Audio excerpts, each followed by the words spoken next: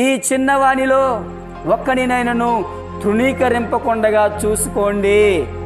ఎందుకు తృణీకరించొద్దు, ఎందుకు చిన్న చూపు చూడొద్దు అంటే బైబిల్ చెప్తా ఉంది, వీరి దూతలు పరలోకమందు నా తండ్రి ముఖమును ఎల్లప్పుడూ పరలోకమందు చూచుచుందురని మీతో చెప్పుచూ ఉన్నాను.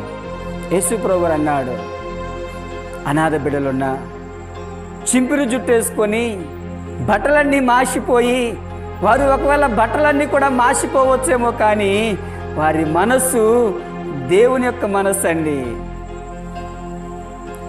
లక్షల రూపాయలు వేసుకున్నటువంటి వారు బట్టలైతే శుభ్రంగా ఉండొచ్చేమో, కానీ వారి మనస్సు కంపు కొట్టేటటువంటి విషయాలండి.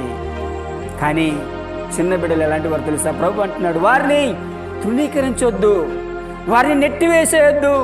వారి చింపురు జుట్టున్నదని, వారికి ముక్కు గారుతున్నదని, బట్టలు బాగలేవని వారు ఎంతటి గొప్పవారో తెలుసా? బైబిల్ అంటా ఉంది, వీరి దూతలు అంటే చిన్న బిడ్డల చుట్టూ, ఏ ఇంట్లో చిన్న బిడ్డలైతే ఉన్నారో వారి చుట్టూ దేవుని యొక్క దేవదూతలు ఉన్నవి అని బైబిల్ తెలియజేస్తా ఉంది. ఎందుకు చిన్న బిడ్డలతో ఎందుకుంటున్నారు తెలుసా? చిన్న బిడ్డలలో ఏ కల్మషం ఉండదు కాబట్టి, చిన్న బిడ్డలలో ఎలాంటి పాపిష్టి ఆలోచనలు ఉండవు కాబట్టి, చిన్న బిడ్డలు ఎవరిని దోచుకోరు కాబట్టి, చిన్న బిడ్డలు దేవుని యొక్క దేవదూతలే వారికి కాపలా ఉంటాయి. దేవుని యొక్క మనస్తత్వం చిన్న బిడ్డల్ని కాబట్టి బైబిల్ చెబుతా ఉంది, ఏమని? వారిని తృణీకరించొద్దండి. లక్షల రూపాయలు సంపాదించి కోటేశ్వర్లు ఉంటే డబ్బులతోటి పెట్టపెడలాడేటటువంటి బట్టలు వేసుకోవచ్చాము, కానీ వారి మనస్సు, వారి ఆలోచనలు, వారి బుద్ధులు ఎంత దరిద్రంగా ఉంటాయో. చింపిరి జుట్టేసుకొని చినిగిపోయినటువంటి బట్టలు వేసుకున్నటువంటి చిన్న బిడ్డలను మాత్రం ఛేదరించమాకండి, వారిని దగ్గరికి తీయండి. అయితే జాగ్రత్తగా గనక వింటే, ఇందాక యేసు ప్రభువు ఉన్నాడు, ఒక చిన్న బిడ్డను గనక వారి మధ్యలో నిలబెట్టి, ఈ చిన్న బిడ్డ వలె ఎవరైతే ఉంటారో, మీరు మార్పు నొంది చిన్న బిడ్డల వలె ఎవరైతే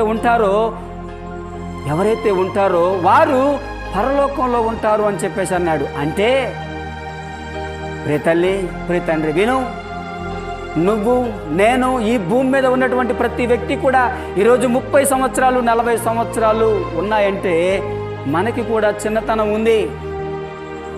మనం కూడా తల్లి గర్భంలో నుంచి వచ్చినప్పుడు చిన్న బిడ్డలమే. అనగా నీతోటి నాతోటి దేవుని యొక్క దేవదూతలు కాపలా ఉన్నాయి. నీతోటి నాతోటి దేవుని యొక్క దేవదూతలు కాపలా ఉంచాయి. ఆనాడు చిన్నతనంలో ఉన్నటువంటి దేవుని యొక్క దేవదూతలు ఈరోజు మనతో ఎందుకు ఉండలేకపోతున్నాయో తెలుసా? చెడిపోయినటువంటి మనస్తత్వం కలిగి, చెడిపోయినటువంటి ఆలోచనలు కలిగి ఉన్నటువంటి మన బ్రతుకులు దేవదూతలు విడిచిపెట్టి వెళ్ళిపోయాయి.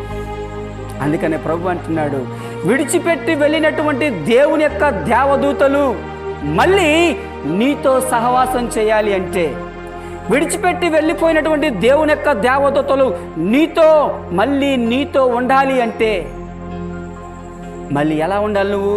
అందుకనే ప్రభువైన యేసుక్రీస్తు వారు చెప్పారు, ఏమని?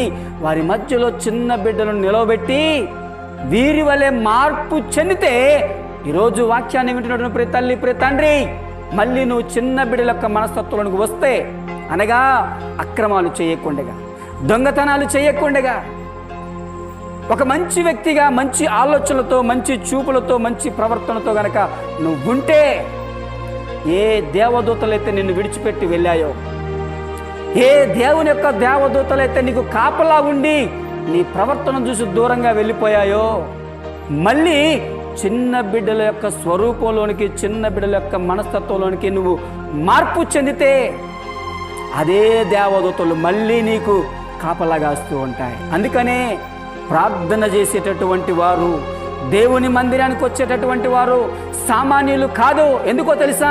ప్రార్థన చేస్తూ ఉన్నప్పుడు వారి పాపాలు క్షమించబడతా ఉంటాయి. వాళ్ళు దొంగలైనా, వ్యభిచారులైనా, నరహంతకులైనా ప్రార్థన చేస్తూ ఉన్నప్పుడు దేవుడు వారిని క్షమించి మంచి మనస్తత్వము అనగా చిన్న పిల్లల యొక్క మనస్తత్వాన్ని దేవుడు ఇస్తాడు. ఇచ్చినప్పుడు ఏమవుతుంది? ఏనాడు దేవుడు నీ కోసం దేవదూతలను సిద్ధపరిచి ఉంచాడో మళ్ళీ అదే దేవదూతలు నీ దగ్గరికి వచ్చేటటువంటి అవకాశం ఉంది. మరేం చేస్తే ఆ దేవదూతలు అంటే తెలుసా? నీకున్నటువంటి ప్రతి కష్టములో నిన్ను ఆదుకుంటా ఉంటాయి. నీకున్నటువంటి ప్రతి ఇబ్బందుల్లో నీతో పాటుగా ఉండి నీకు మేలు చేస్తూ ఉంటాయి.